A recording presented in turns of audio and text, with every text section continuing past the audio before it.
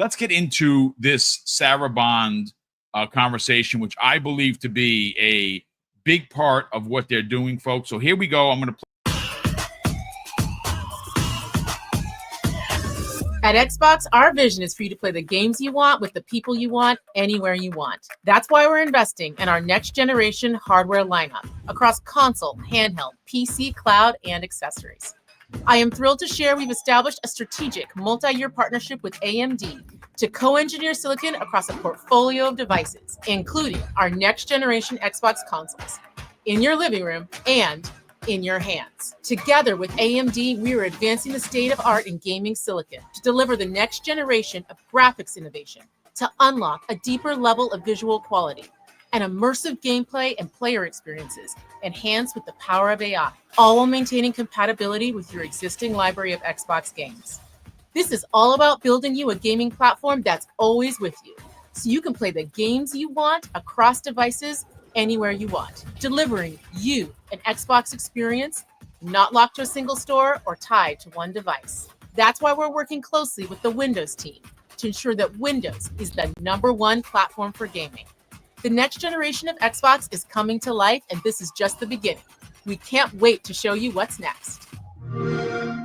And, well, there you go, ladies and gentlemen. So I'm going to stop that footage. I'm going to bring in some Call of Duty footage, which, of course, that is my absolutely favorite thing to play. And Korkenstein, let's bring you right in on this. Okay, so there were a lot of takeaways from what Sarah had to say. Ultimately, I think the most stout point was that they're making next-gen hardware.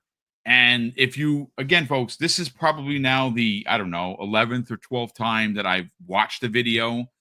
She clearly says next-gen hardware, but she also says in what, again, it's only 1 minute and 18 seconds long. She specifically points out that they're making next-generation devices with an S.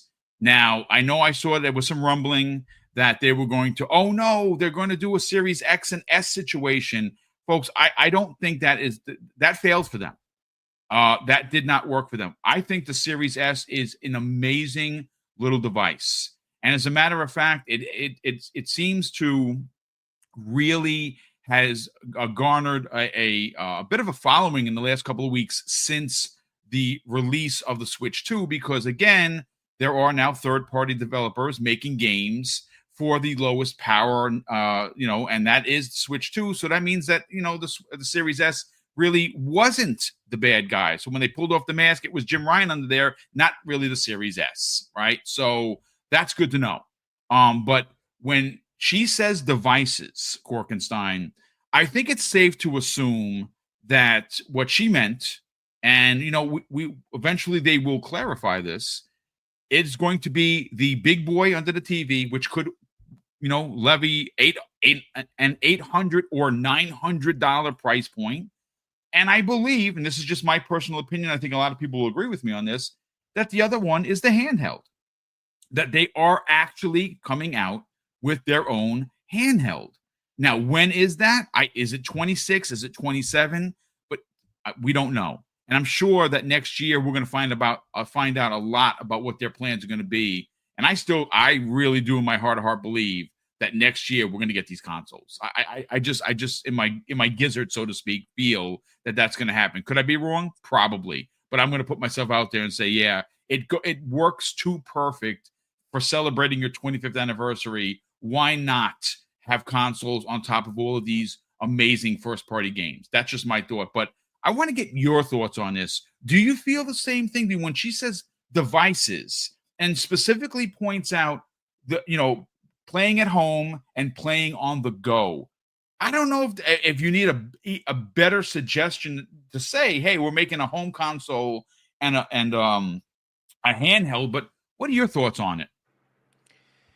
I think it's great. This is something that they've been setting up for years now, since the Xbox Series S and X released. This is where I think the payoff is for them. I mean, it's beautiful because they introduced the Series S. People are like, oh no, like it's limiting developers and they make development so hard, but it's completely the opposite. What Xbox has done is put a SKU in there to make sure that now that people, developers can develop for the handheld even easier, because now they're already developing for a lower spec machine. They're already getting into an ecosystem with the GDK, where you're developing pretty much for under one development kit, but you're also developing for PC, for Series S, for Series X, for possibly handheld, things like that. So it's multifaceted here on how they did it and why the Series S is a big payoff for Xbox and developers. They're making it easier than ever for developers not to skip the platform, because if you're already developing for PC using the GDK, you're developing for everything else Xbox has, whether it's consoles, handheld, even cloud, it is what it is. So I don't think it's a bad thing. I think people are just kind of moving the goalposts here, by saying it's not a traditional PC, or it's not a traditional console. It's just a PC now. And it's like, who cares? You're getting your games where you want to play it, how you want to play it. And now you have access to all the greatest, to your whole library. It doesn't matter if it's a traditional console or a PC. It's going to play your games. What does it matter what you classify it as? It's just silly console war rhetoric. To shift the goalposts for engagement and clicks and all that.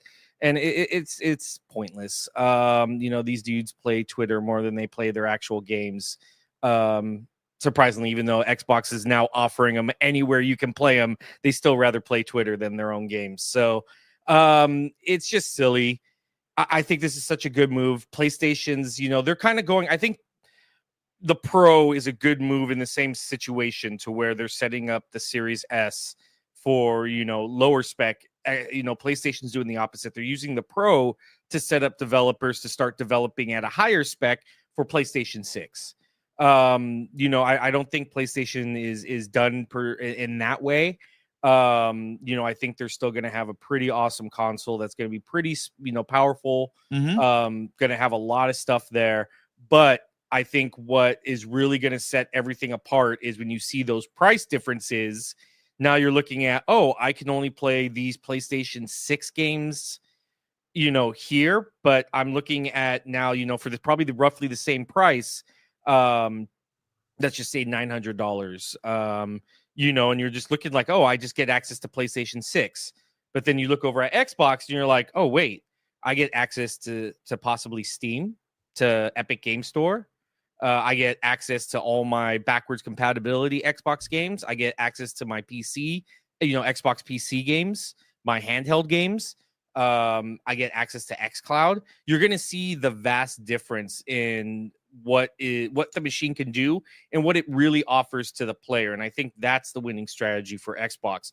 It's not about, these exclusives anymore. They weren't revenue generators.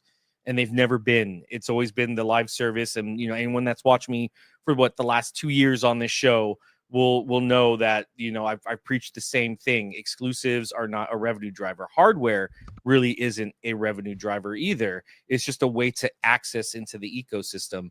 So when I say that, it's smart for Xbox to shift into a more consumer friendly, on giving the consumer more power over how they play their games and what they want to do with it.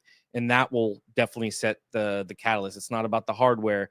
It's about how customers interact and stay inside your ecosystem spending. I mean, listen, great points of view. And, it's interesting, Hargeet. When I said the other day that I am not buying a PlayStation 6, I meant it. Because I'm not going to need to. And what Korkenstein literally just said is why. So again, do I know Sony's plans? I do not. But what I can suggest, based on how traditional they are as a platform, is, are they going to make the same kind of strides that Xbox does? Are they going to make the console an open source platform? The answer is they're not prepared for that. And do you know why that is? Because they don't even release their games, their first party games, day and date on PC. they are right now, ladies and gentlemen, whether this makes you angry, and it shouldn't, it's just games, folks. But if you're in your feels about what I'm about to say, maybe you need to play some more games. Because quite frankly, they're not prepared for what Xbox is going to drop next generation. And that could come as soon as next year. Right? Mm-hmm. Now, there is no doubt that the Xbox, if it is what we think it is, and it is this open sourced box, you're going to be able to play your Xbox games, your Steam library, your Good Old Games library, your Epic Game Store titles, and you're going to be able to play PC games that are only available on places like Steam. But you're also going to be able to play games that are on Steam from PlayStation. And there is going to come a point where, even though they're not there now, they're going to have to figure out how to get there. And I'm talking about Sony. Sony cannot and will no longer be dependent on releasing just on the platform known as the PlayStation whatever, whether that be 5 or 6. You know why? Because the PlayStation gamers do not line up to buy their software.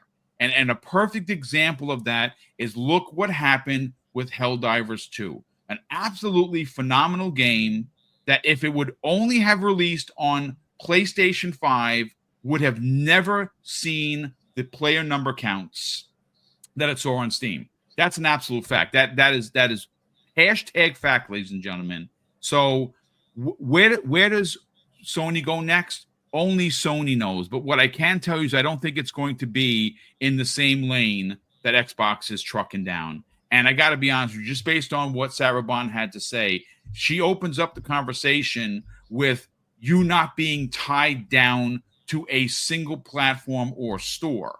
That tells you that everything is going to be an Xbox. And you know what? You're going to be able to play your games and buy your games everywhere. I want you to kind of elaborate and kind of bring some of the community in, because there are people in the chat right now that are telling me that the handheld was canceled. But was it? Was it actually canceled, or was that a story from a journalist that might have gotten it wrong? You know what I'm saying? Well, yeah. So I mean, I don't know how true this is. What we're hearing is that essentially, to allow partners to do it, they couldn't have a competing device, of course, because it would have made it tough for the partners to do it. So right.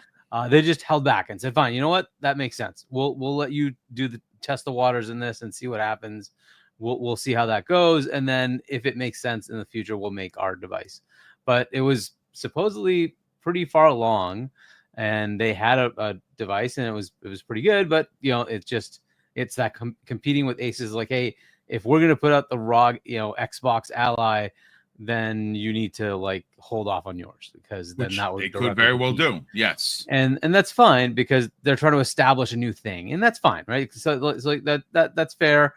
But in the future, if it's open and it's like it's MSI, it's Lenovo, it's whoever else, whatever wants to make one, then it's fine for them to do one as well, as long as they don't do something like undercut, right? Where they say, right, we'll take a hit of $300 on the hardware, and like all the others, of course, they can't do that, right? So they would have to come out at market value, right, and take that, well, whatever. But we'll see how that goes. There is work there. I don't know how they're gonna, what they're gonna do with it. Sarah certainly said devices like consoles, right? There's gonna be multiple. There's also what we got from, and I don't know when you want to get into the stuff from AMD. Maybe we'll do that later. That clarifies even more, right? But but as far as what Sarah's saying, look, they responded to the markets like saying that they're leaving the console space. Sony had this little financial update thing, and they're like, well, it seems like Xbox is leaving and what would happen to competition? What do you think about that? Like, are you serious? Like, yeah. You're seriously saying all that? Yes. Okay. So fine, whatever. They clapped back and said, really? Check this out. And no, we're not leaving the console space. And again, you made mention of that on Wednesday evening, and you didn't get a chance to elaborate because we did have to end the show rather abruptly. But I maybe you want to elaborate on that now. Yeah. So that meeting with Sony was weird. It was just it was just out of place. Strange. Like it. Normally, you have a Q&A, like it's live. Is like here's a question that comes in from sort of the shareholder audience, right, or the media, and they answer it right the best they can. Maybe some of it's staged. Maybe some of it's like, I will accept this question specifically. Somebody can say that's a possibility. This was fully staged. Everything was all scripted, and you could see them reading the prompt. Like really, what is going? It was so weird, and the questions they asked, like, what, okay, that was just an odd thing. But whatever, that's what they did. That's what they did. We did get a lot from them too. To your point of their mindset versus Xbox, their mindset is more the same. That's kind of what they're doing. They aren't really like advancing that to the next level to say, hey, maybe we should do day and date. Nope. We're continuing this pattern. We're also continuing to make more live games. Like, okay, all right. I mean, so far that hasn't really worked out, but okay. We'll see how that goes with Marathon and Fair Games, and then what happens after that. But if they want to continue to do that, they have Team LFG working on one. They have another studio working on one. Whatever that we'll see how that goes. But that's their plan. They want to continue with that. The potential for multiple games a year will no longer be this, the thing they will do, right? They used to give you 3 or 4 games, usually a game a quarter. Now, I mean, maybe they do, but those games will be multiplayer live game attempts, because they all kind of fail. Yep. And then you'll have the one game. And that's what they said. They'll have one game strategically placed probably in the fall. That's their plan. One big game a year. I'm like, okay, fine. So that's kind of their plan. That's not what's happening with the other two, right? So the other two kind of keep putting out games. But fair enough. This is their plan. Right. I don't know if that's going to sustain the enthusiasm for that platform. Maybe it will. Maybe it won't. They still have a huge brand. But as far as what Xbox is doing, they're saying, well, we have this thing called Windows. We have like literally a billion players. And why not just take advantage of that, right? Yeah. Like, yes, we have the console. Cool. The entire purpose of Xbox's existence was to push Sony out of the, taking over the living room, right? That was the whole thing that Sony was saying. PlayStation is going to take over the living room as the PC of the living room. And they're like, no, Windows. What are you doing? No, you can't do that. So they created Xbox. It started more as a console with very few things that came over from an OS perspective, but each gen they've added more Windowsy stuff in it. Right. So 360, you got the browser, you got the apps, right? You started having Netflix and all that stuff that they started adding in. With the Xbox One, they did even more where they unified it and said the app is actually the Xbox app is actually from Windows Store. So it's the Windows UWP app, right? So they made that switch, right? And then with the series consoles, they've pushed it so the development process is the same for Windows and for console. You're literally writing it to the same thing, and you can decide, yes, I want to put it on console or not, right? So it's the same.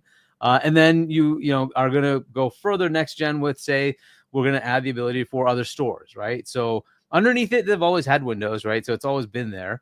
They just stripped it down and made it just great for gaming, right? They'll strip it down to the point where it's just the stuff needed for gaming. If you're going to bring Windows gaming in, you might do a little bit to change that, but we'll see how they implement it, right? So, but that's kind of their path. Now, what they're looking at as far as just what Sarah said was, hey, we have multiple things in the works with AMD as a partner, and that is going to be kind of our world of Xbox, right? And how I'm seeing this is maybe a little different than everybody else. I see 2 different paths. One is sort of a console path, and one is sort of a Windows path. And we could see that become one and the same. That's viable. I still think they'll differentiate. There's going to be a console path, and that might still mean you have to pay for the stupid online, which will make less and less sense going forward. But I think they're going to keep trying that because it's just money. But they're going to have a console path where you won't be able to bring productivity, right? That was what I was kind of hinting at. You won't be able to run normal desktop UI. That will not happen. And then there'll be Windows where you can say, I want to emulate this as an Xbox, right? And I'll bring it more and more closer to what it looks like to be an Xbox. And Xbox will do a lot to make Windows feel like a console. But you can switch back. You can always switch back and say, I need to have the full desktop UI. Cool, you can do that. Whereas on the other side, I don't think that'll happen. I think they'll always just lock it away. So that's kind of my thoughts on what they're doing here.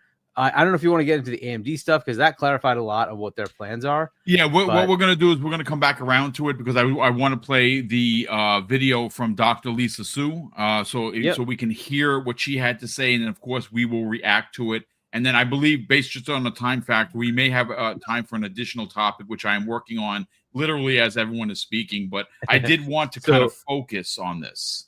But one thing I do want to mention is the timing. It is very interesting. Right after they announce in their showcase the ROG, right? That, hey, there's a new console. Here you go.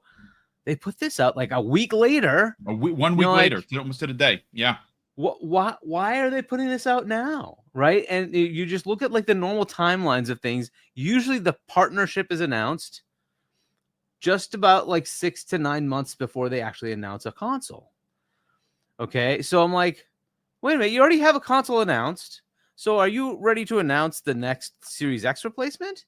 So from a timing perspective, it could very well be that we're looking at a potential for a 2026 fall console release. Yep. And that might be the case. I'm not saying it will be, but it just normal alignments. Yeah. This is what would happen. Right, I would not be surprised if in the Game Awards we see it announced, or they haven't done it yet, but a Dev Direct could have. Oh, by the way, here you go. Right, so in January we see it. Like that is a possibility. Usually they do something March, April, and then they want to do it before the June showcase, right? So they can kind of clarify more. So that's usually when they. But it very well could be that they did like they did the Series X. They could announce it at the Game Awards and then give you more in depth a few months down the road. It's a possibility that we get a 2026, 25 years of Xbox new console comes out. That'd be very, very interesting. The Windows side of it will also kind of coincide with that, right? So I don't know how far they are with the Windows 12, but that potentially could also happen, right? And they say, hey, we've got a new version of Windows coming out at the same time, and it has an Xbox mode, and it has, the new console with sort of a built-in Windowsy capability to allow the other stores. So these are interesting things that are happening. With PlayStation, if they don't really compete with that, it could become an interesting problem for them down the road. Again, I think people at our age group will probably still sustain them. I don't know what happens with future gamers, though. When they see like, hey, I can just play this anywhere. I buy it once and I have it everywhere. Like, that's kind of what I really like. And hey, I just take it on my phone and it works. Okay, I play it on my TV. It works. I buy this box. It works. I buy my laptop. It works. I don't have to worry about entitlement and whatever, and my save just goes everywhere. Yeah, that's kind of a good world, right? Why do I have to not have that? And so that's kind of the world that they're trying to push, right? Whether they even buy it from their own store, right? Even if you buy it from Steam, they're saying, hey, why can't we get cross progression? Let's get your save in the cloud and everybody can access it no matter where they are, right? Whatever platform they choose, even if they want to go to a PlayStation, they can go ahead and download that same save, right? That is a cool thing that Xbox is pushing, right? And I think that's kind of the thing that they're going to have along with Game Pass.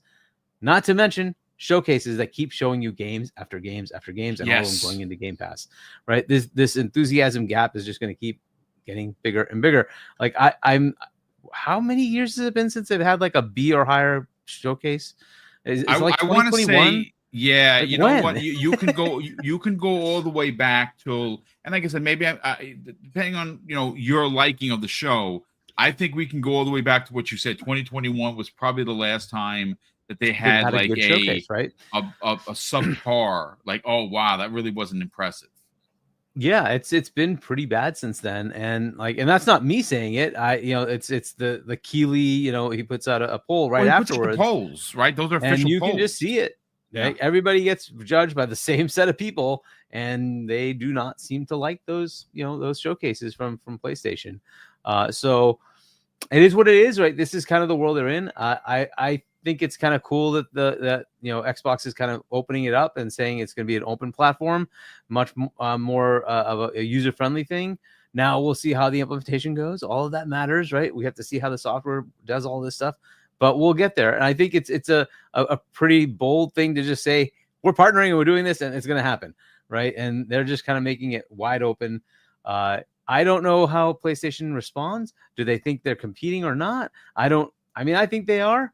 I think they're competing in a way that's very difficult for PlayStation to stay static. And as I've been saying, they have the opportunity to do the same thing. They can do the same bloody thing. They can work with Steam and say, how do I bring Steam and Proton over to the PlayStation 6? They could absolutely do that. They could. Right? It's up to them to decide to do it, but their mindset doesn't seem to have that, which is sad. Because I would rather they compete. That would be a better thing. Which is right? based Overall, on that weird good. business meeting thing. It at least what I took out of it, not being console worry at all, is that they're going to be the traditional Sony that they've always been. That's what it sounded like to me. Again, the whole thing was weird to begin with. But and I'll add one other thing, Boom. You said like you can play all the games from different stores. That's all true. But just like the current Xbox, you can open up dev mode and you can actually go ahead and emulate all the other games too. Mm-hmm. And that stuff's pretty easy to do. And it will continue to be available to you moving into the next gen. So you basically can play all the games that PlayStation can't on their own bloody console because they can't do the PS3 yet. And I don't know why that's been a barrier for them, but it's been a barrier. But you can play PS1, 2 games easily. You can emulate PS3 on PC right now. So it's viable that you can just have a box that plays all of the PlayStation games, plays all of the Xbox games, plays all the PC games, plays all the Nintendo games. And plays them actually better than a certain big N. I'm just saying. So and they offer you portable, landed under a TV, whatever you want. They're open to whatever you want, right? So if you want to build your own, have fun, right? The experience is the same for everyone, except I'll caveat the pieces that are going to be locked to this is just my theory, is the stuff that would be the back compat Xbox library, because I think they need to call it an Xbox. So you'd have to buy a branded Xbox. And then the other one would be the accessories. If you have accessories using the Xbox specific connection path, that will only be on those devices that are called Xbox. But outside of that, you basically would have the same capabilities across whatever device you want to put together from PC land, or you can buy one of these boxes and you get all the stuff with it. So very interesting times, but we will see what they what they do at the PlayStation side.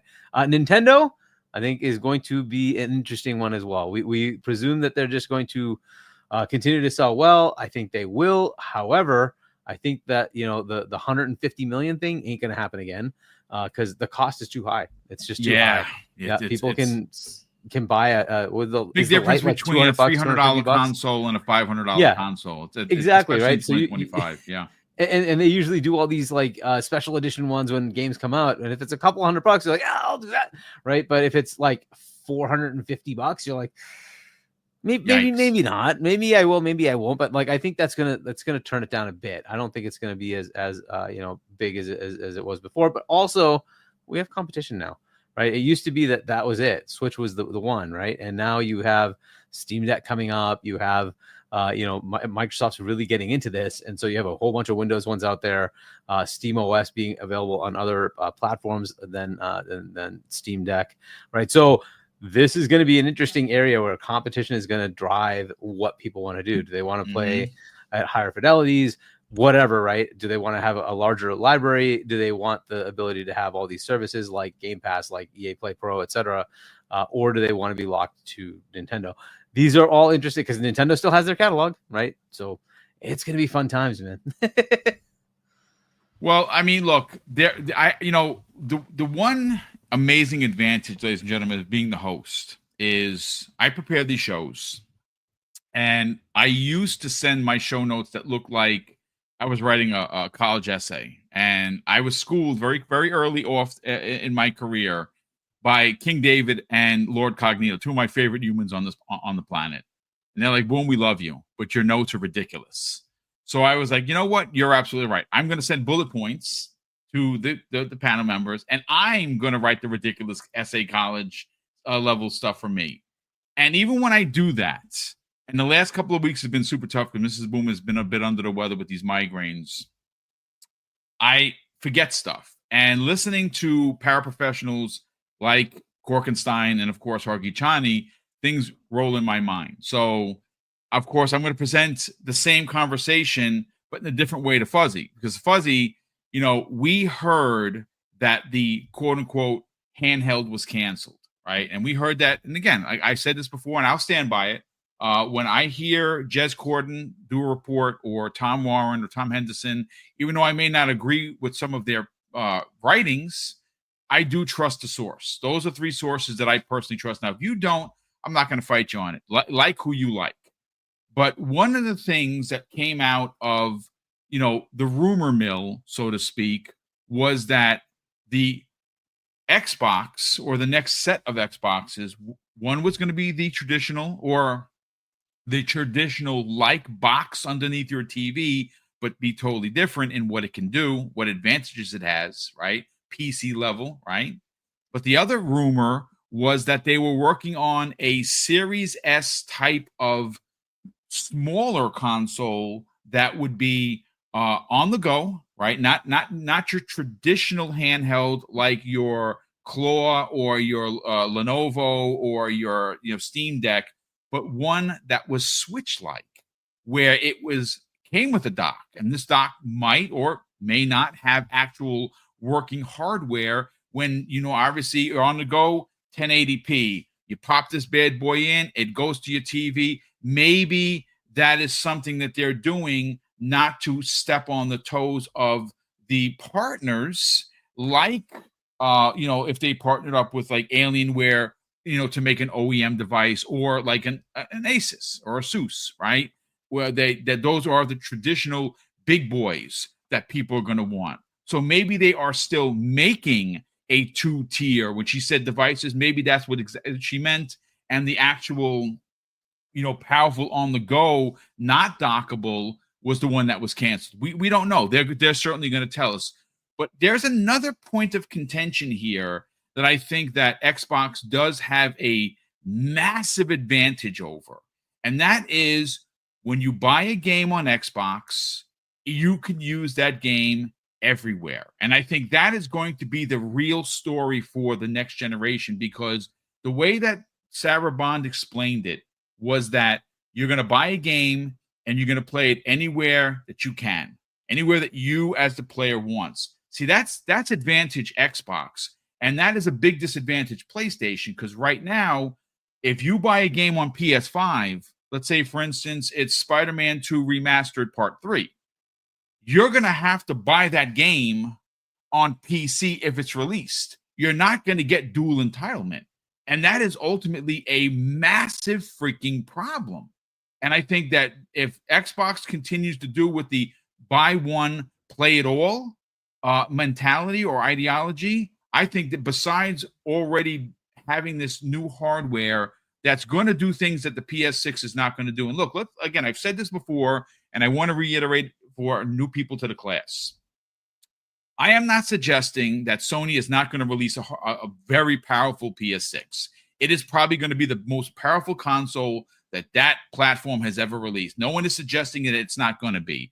But the problem, and I think it has been compounded based on that very weird business meeting that happened the other day that was incredibly scripted, is that they're going to be the traditional Sony that you think that they are. Meaning that this thing, whatever it's going to be, is going to be a more powerful PlayStation 5.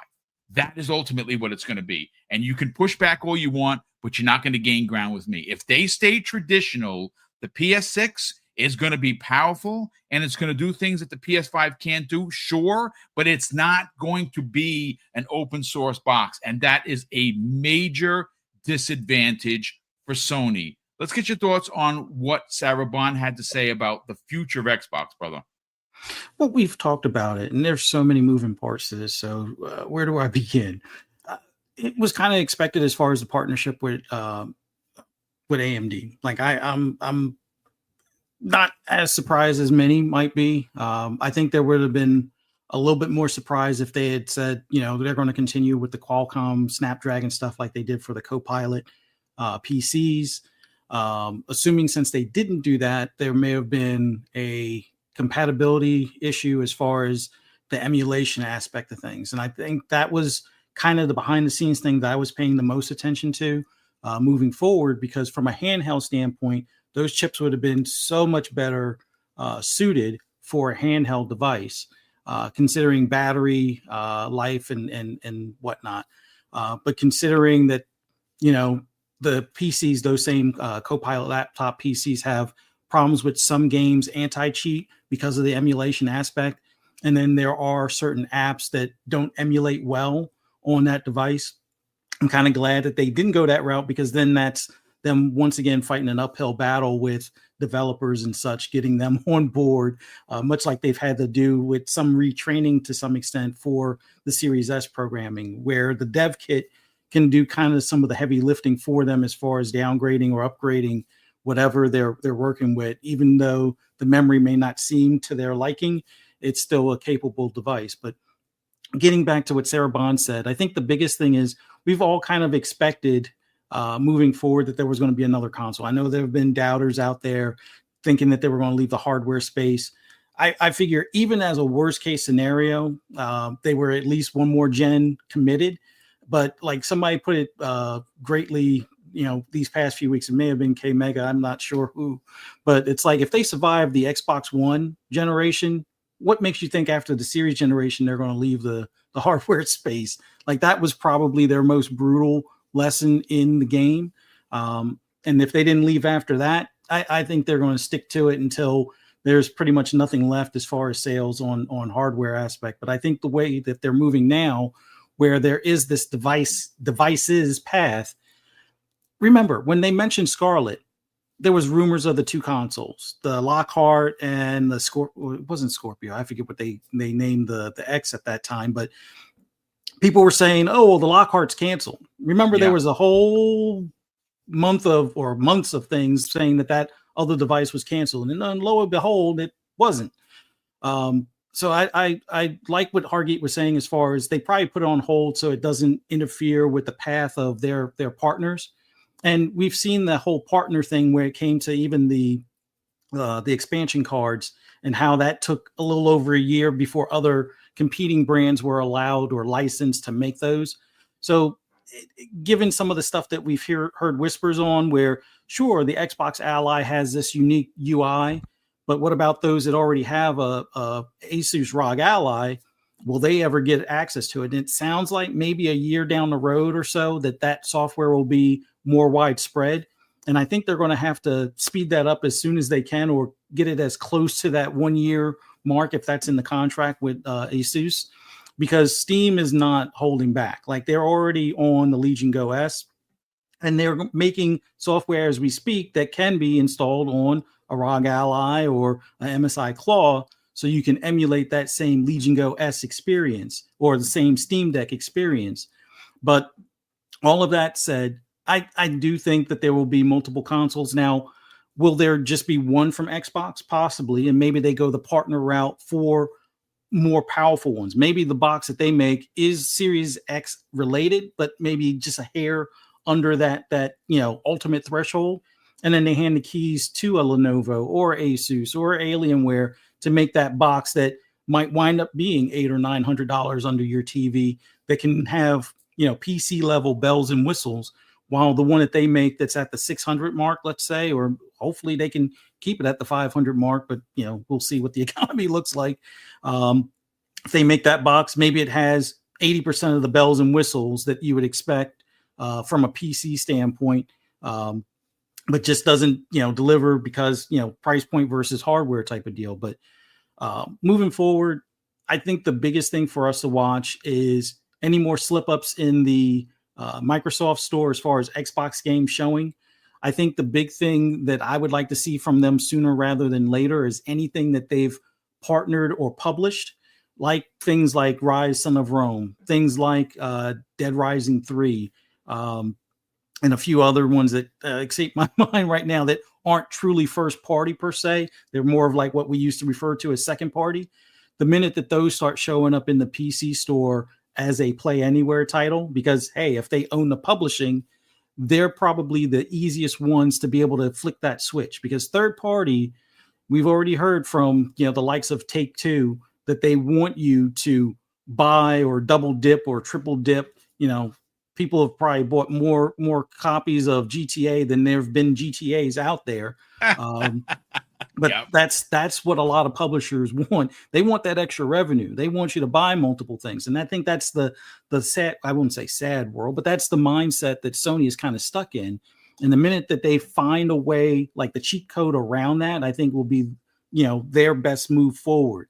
Like they're eventually going to get to a day one PC release cadence, which to me, that makes the most sense moving forward. You don't want to have marketing twice for the same game and try to rehype a game a year, 6 months, or however long after to resell it to another platform or you know, group of fans that may not want to bother buying a $500 or $600 console because they have a $1,500 to $3,000 or even more expensive PC in front of them that's quite capable of running that game either equal to or better.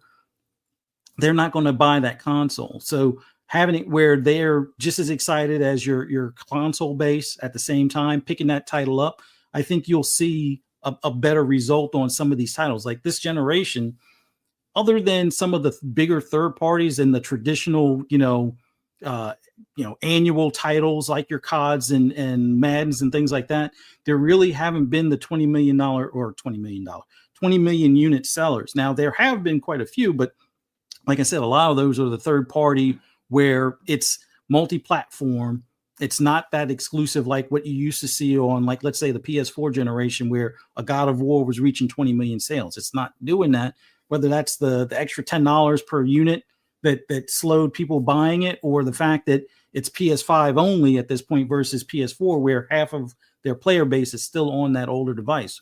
Which, by the way, in that same meeting, they made mention that they're going to focus on that cross-generational aspect of things. So for the platform that believed in generations, they believe in still making stuff for multiple generations. They're not going to, abandon a half of their player base at this moment. So whatever they do, I think they could compete in a way if they make a handheld that's PS5 level while still releasing a console that's under your TV for PS6, because a lot of those titles, those first couple of years, are likely to be cross-generation. So if it's on the PS6, it'll look a little better compared to it being on the PS5 portable that actually can play games natively as opposed to streaming.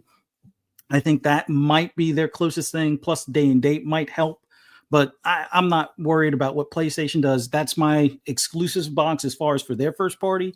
And it's been a little light outside of my Gran Turismo playtime and stuff like that. But all of those things aside, Xbox's plan moving forward, I think we should keep an eye out for their published second party, any of their older first party from Xbox One generation stuff. When we start seeing those on the PC store, which a good bit of them already are, that's when we'll start to see the momentum with our existing hardware. Because keep in mind, there are still Xbox One players that can stream series console games on that platform through xCloud. So when they go into this next generation of hardware, hopefully they also upgrade their server blades for xCloud, which I'm hoping they get to the point where it's like NVIDIA, was it GeForce Now level streaming levels, which it probably will be. I'm assuming that's also part of the partnership that they may not have touched on completely, although they did mention cloud, but that's going to be the key thing. If that improvement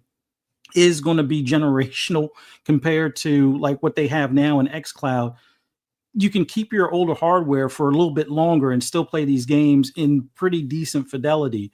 But I think, moving forward, this next generation, multiple devices, whether it's a under the TV box and a handheld, I think is more the possibility, because it seems like that Series S was like the perfect form factor and spec for something to be downscaled for a handheld and still look great, play great, and not have to, eat battery life type of deal. But all of that said, it's exciting times. I'm going to say now, I still plead to Xbox, start making it so we can see on our console, as far as our owned library, how many of those games are play anywhere. Yes. They already have it on the store. So if you go to the store on your console, or if you go to the store on the PC app, you'll be able to see what's Play Anywhere. But I also want to see that in the Game Pass app. So that way, hey, maybe I go ahead and buy that game that's not first party right now, knowing that it's Play Anywhere. So when I get my Xbox Ally X, I don't have to worry about, well, that one doesn't carry over or whatnot. Mm-hmm. Those are the things that I would like to see. Even though it's great that they have it listed on the store, you can see it, but I already want to see what I already own that's compatible with that Play Anywhere. And that will make the decision of buying that Xbox Ally X even easier, not just for me, but anybody else that might see more than half of their existing library being compatible. That'll give a warm and fuzzy comfort as far as that their library will be able to carry over and things like that. But moving forward, looking forward to that day when they can either emulate it on the new hardware or whatever the case may be. Carrying our software forward is probably the best step that we can all look forward to.